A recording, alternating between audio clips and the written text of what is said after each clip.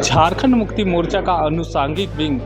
Jharkhand colliery मजदूर union का 8वां महाधिवेशन झारखंड की राजधानी रांची के सिम्पीडियाई के सभागार में आयोजित किया गया। आपको बता दें कि कोलियरी मजदूर यूनियन के रूप में झारखंड के जितने भी मजदूर हैं इसमें शामिल है और चूँकि झारखंड मुक्ति मोर्चा के अनुसांगिक विंग है इसलिए इस बैठक का काफ़ी महत्व बढ़ जाता है, क्योंकि कोलियरी मजदूरों का जो हक और अधिकार को लेकर लड़ाई लगातार होती रहती है लेकिन रिजल्ट सामने दिखाई नहीं देता। और ऐसे में इस महाधिवेशन का होना कहीं ना कहीं सरकार के साथ एक समन्वय बनाने का काम करेगा मजदूरों के बीच में। और जो मुख्यमंत्री हेमंत सोरेन है, चूँकि वह अभी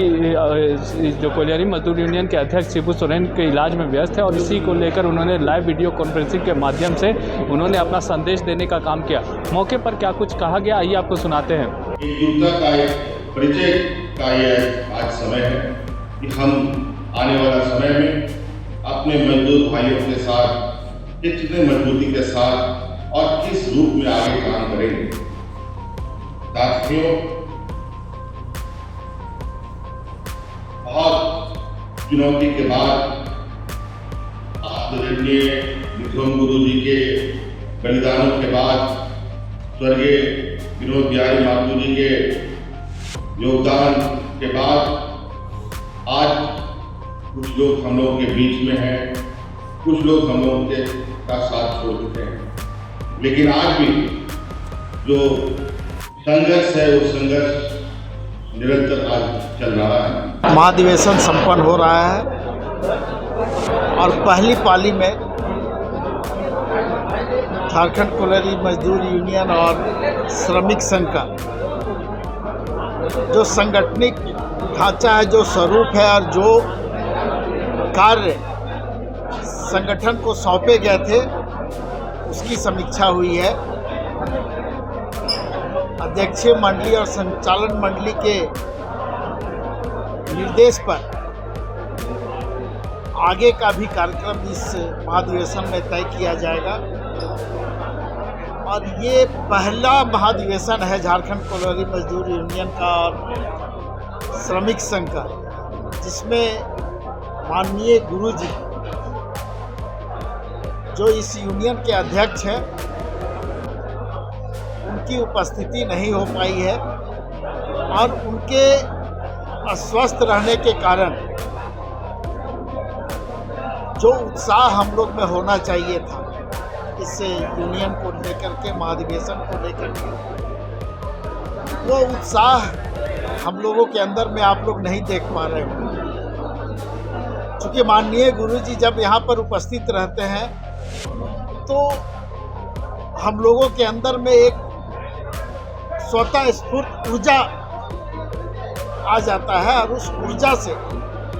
हम लोग कोई भी कार्यक्रम, कोई भी जिम्मेवारी को पूरा करने में पीछे नहीं हटते हैं। लेकिन फिर भी ये यूनियन का जो महाधिवेशन है, इस महाधिवेशन को हम लोग बहुत अच्छे तरीके से संपन्न कराएंगे और चाहे वो श्रमिक संघ हो, झारखंड कोलियरी मजदूर यूनियन हो, कई एक प्रस्ताव अभी आने हैं। जो प्रस्ताव आएंगे उस पर चर्चा होगी, फिर उस प्रस्ताव को पास किया जाएगा और महत्वपूर्ण चीज़ें जो इस राज्य में खास करके कोलियरी क्षेत्र में हम लोग देखते हैं